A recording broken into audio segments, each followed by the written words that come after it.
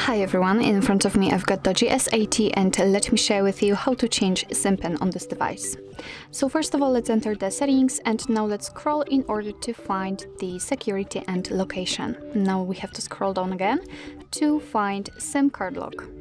And as you can see here we've got the only one SIM card activated and applied in this device, so simply pick the SIM for which you would like to change the SIM pin, and here we've got the option we are looking for, so let's tap on it.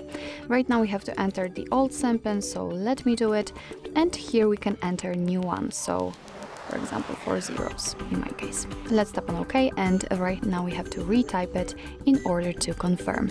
Let's tap on OK, and as you can see we've got the information that the SIM pin has been changed successfully, so it means that from now on, after restarting your device, it will require the new pin. So actually this is it. This is how to change the SIM pin in your DOOGEE S80. Thank you so much for watching. I hope that this video was helpful, and if it was, please hit the subscribe button and leave the thumbs up.